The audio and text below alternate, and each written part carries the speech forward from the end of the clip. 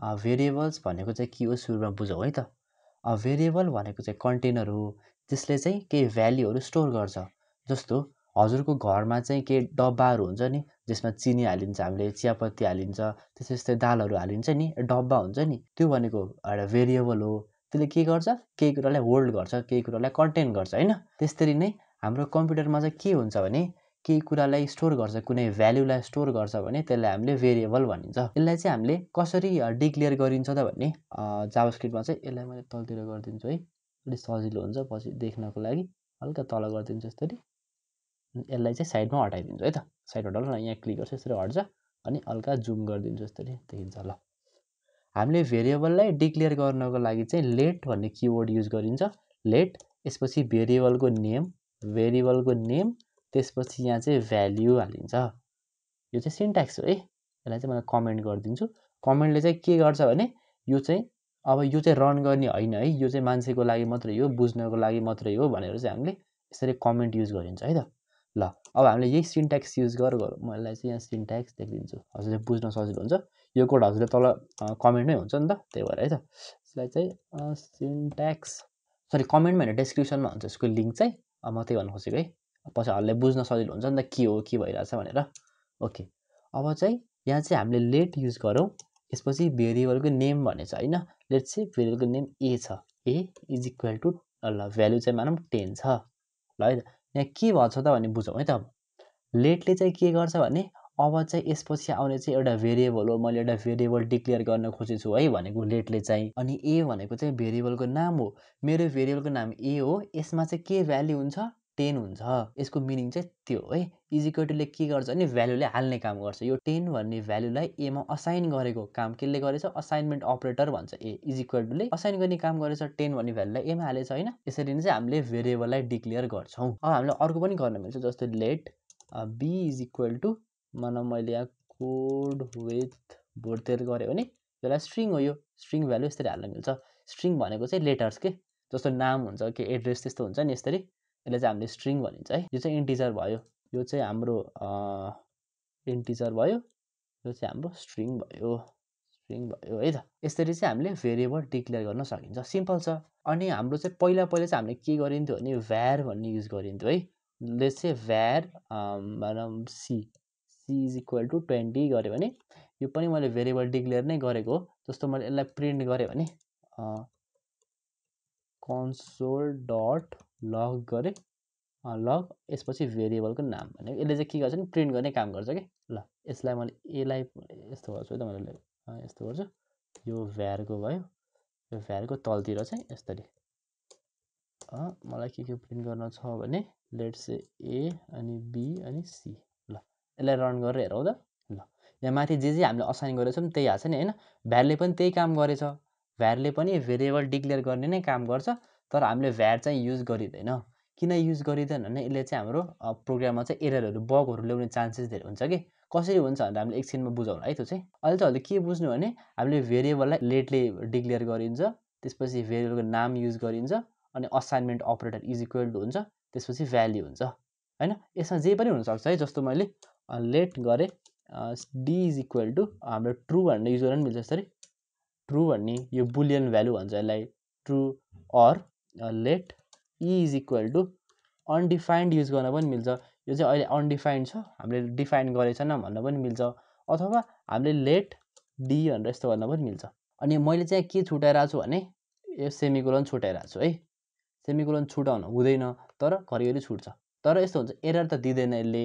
खासमा राम्रो प्र्याक्टिस चाहिँ के हो भने हामीले सेमिकोलन राख्नुपर्छ। कुनै पनि के सकिएपछि यसरी सेमिकोलन राख्यो भने के भन्छ भने अब यो लाइन सकियो, तलतिर अर्को लाइनमा जा भनेको यो चाहिँ। यसको सिन्ट्याक्स चाहिँ मैले सिन्ट्याक्समा पनि यहाँ सेमिकोलन भनेर राखिदिन्छु है। यस्तै सेमिकोलन राखिदियो भने सजिलो हुन्छ। अब मैले यसलाई रन गर्दाखेरि चाहिँ यसरी एरर आयो। किन एरर आयो भने हजुरले दुईचोटि डी भन्ने भेरिएबललाई डिक्लेयर गर्नुभयो, दुईचोटि डिक्लेयर गर्न पाइँदैन भनेर यसले यसरी एरर दिएको है। हामीले किन पाइँदैन भने हाम्रो डी भन्ने भेरिएबलको नाममाथि एउटा छुट्टै मेमोरी एलोकेट भइसकेको छ नि त।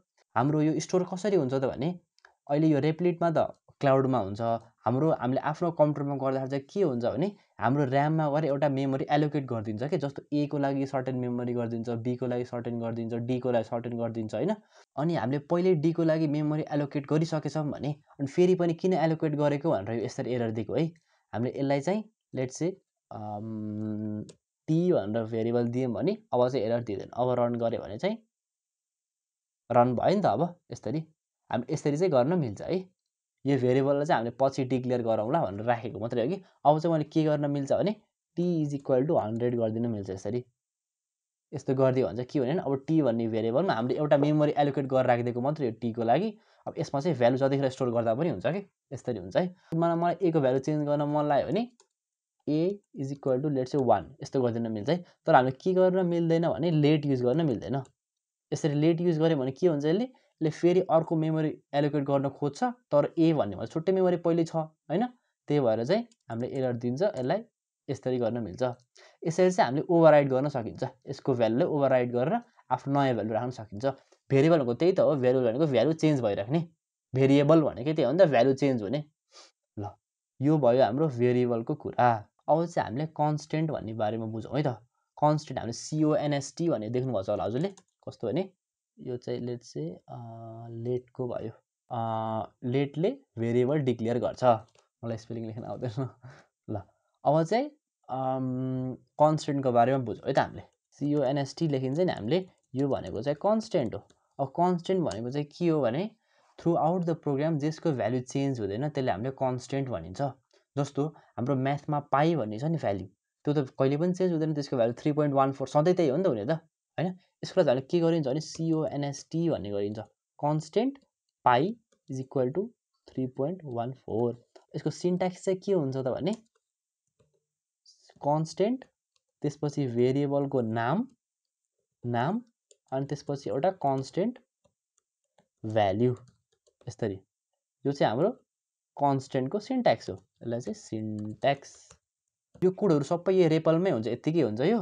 मैले त तल लिंक राखिदिएको छु एउटा रेपलको त्यसबाट हेर्नु होला है अब हामीले यो सिन्ट्याक्समा हेरौँ त एकचोटी const ले के गर्छ भने अब आउने केही कुरा यो कन्स्टेन्ट हो भनेर पहिले हामीले भनेको अनि पाईले के गर्छ पाई भनेको अब यो कन्स्टेन्टको नाम चाहिँ पाई हो भनेको यसले है अनि = भ्यालु भनेको चाहिँ 3.14 हो है 2 आएछ 3.14 भनेको पाईको भ्यालु हो अब यो कतै पनि चेन्ज गर्न मिल्दैन जस्तो मैले यहाँ चेन्ज गरेको थिएँ नि a = 1 राखेको थिएँ नि अब मैले लेट्स से पाई = मलाई 100 हो ल पाईको भ्यालु 100 भयो ल म यस्तो गरेर रन गर्यो भने एरर दिन्छ एरर दियो के एरर दियो भने त के गरेको यस्तो गर्न मिल्दैन भनेर एउटा एरर दिएछ किन मिल्दैन हजुरले पहिला सुरुमा कन्स्टेन्ट गर्नुभछ अनि फेरि पाईको भ्यालु चेन्ज गर्न खोज्ने भनेर यसले हामीलाई एरर दियो हैन यसरी चाहिँ हामीले कन्स्टेन्टको भ्यालु कहिले पनि चेन्ज गर्न मिल्दैन सकेसम्म चाहिँ हामीले कोडमा चाहिँ कन्स्टेन्ट युज गर्न पर्छ यदि कुनैको भ्यालु चेन्ज हुँदैन भने पछि यदि भ्यालु चेन्ज हुन्छ भने चाहिँ हामीले लेट युज गर्न मिल्छ अनि अर्को कुरा चाहिँ के हुन्छ त भने यहाँ मैले a को भ्यालु अहिले इन्टिजर राखेको छु हैन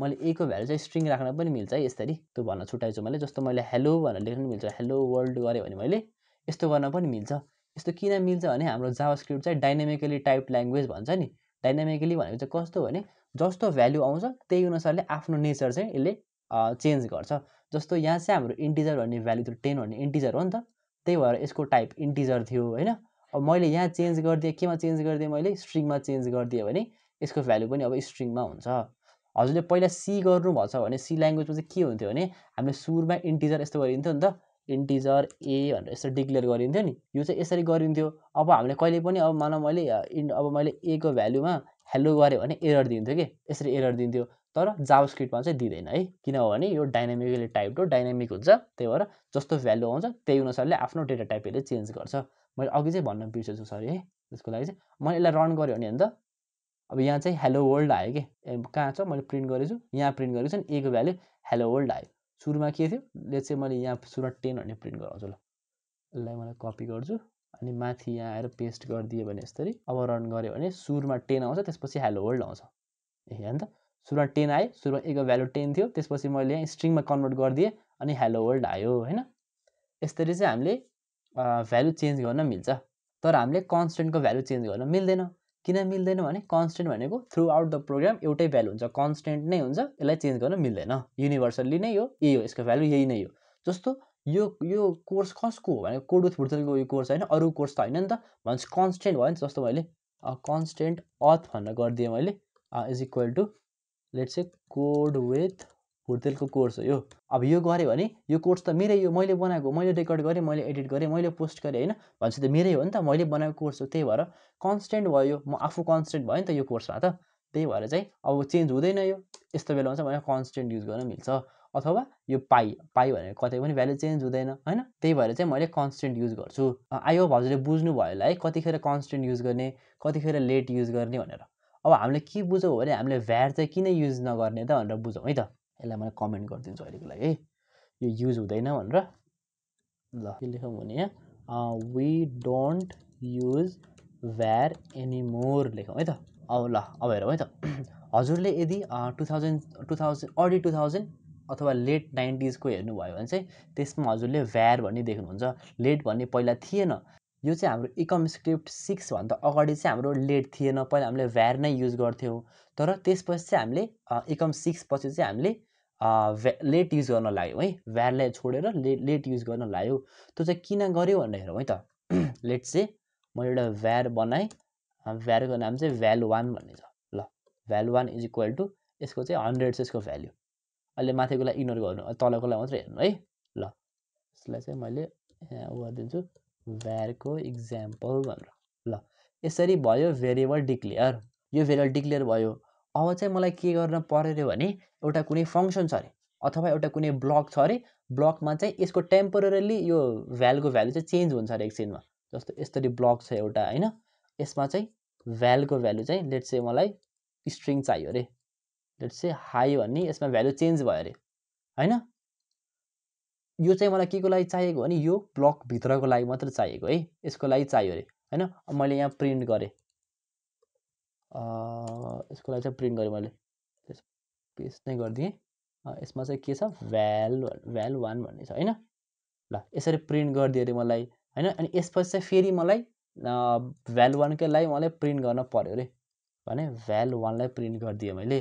दुईचोटि भ्यालु1 प्रिन्ट गरिदिएछु है मैले, हेर्नु। अब रन गऱ्यो भने के हुन्छ हेरौँ। यहाँ एरर दियो के भनेछ, सी इज नट डिफाइन्ड भनेछ।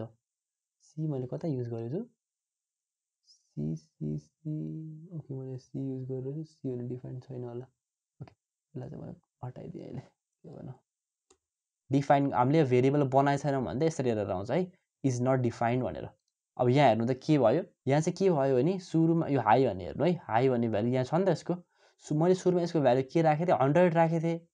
तर मलाई एकैछिन यो ब्लकको लागि मात्रै चेन्ज गर्न परेको थियो। तर यसले के गरिदियो पुरै चेन्ज गरिदियो कि यो ब्लक पछि मैले यहाँ प्रिन्ट गरेको छु नि, यहाँ पनि हाई देखाएको छु, दुईचोटि हाई देखाएको छ नि होइन त। एकचोटि यसले हाई देखायो, अर्कोचोटि यसले हाई देखायो। तर मैले त यो खोजेको होइन। हाम्रो रियल लाइफमा त यस्तै हुन्छ नि त, कुनै फङ्सनमा केही चेन्ज गर्न पर्ने हुन्छ, तर त्यो चाहिँ लोकली राख्न पर्ने हुन्छ। लोकली भनेको चाहिँ कस्तो भने ब्लकभित्र मात्रै, यो कर्ली ब्रेसेस र यो यसको भित्र मात्रै छ भने यसलाई लोकल भन्छ। अनि पुरै प्रोग्राम भरि नै छ भने त्यसलाई ग्लोबल भनिन्छ है। अब यसरी नै मलाई केही कुरा लोकल्ली मात्रै चेन्ज गर्नु थियो, यो फङ्सन यो ब्लकभित्र मात्रै चेन्ज गर्न थियो भने चाहिँ मैले भ्यार युज गरेँ भने एरर दिने भयो यसरी। अब चाहिँ मैले लेट युज गरेँ भने के हुन्छ हेर्नु है त। यसलाई मैले लेट चेन्ज गरिदिएँ, यहाँ लेट गरिदिएँ, अनि यहाँ पनि लेट गरिदिएँ, यसरी लेट गरिदिएँ। अब रन गऱ्यो भने अब यहाँ हेर्नु त हाई आएको थियो, हाई आयो यसमा, त्यसपछि यहाँ के आयो 100 आयो भनेपछि भ्यालु चेन्ज भएन नि त। लोकल्ली मात्रै भ्यालु चेन्ज भयो यसको, ग्लोबली चेन्ज भएन होइन। अब यसरी नै मैले अघि मैले यहाँ भ्यार राख्थेँ भने के हुन्थ्यो, यहाँ मैले भ्यार राखेँ अनि यो लेटकोमा पनि भ्यार राख्यो भने, यसरी राख्यो भने के हुन्थ्यो भने अब यसले सबैमा चेन्ज गरिदिन्थ्यो होइन। हाई आयो।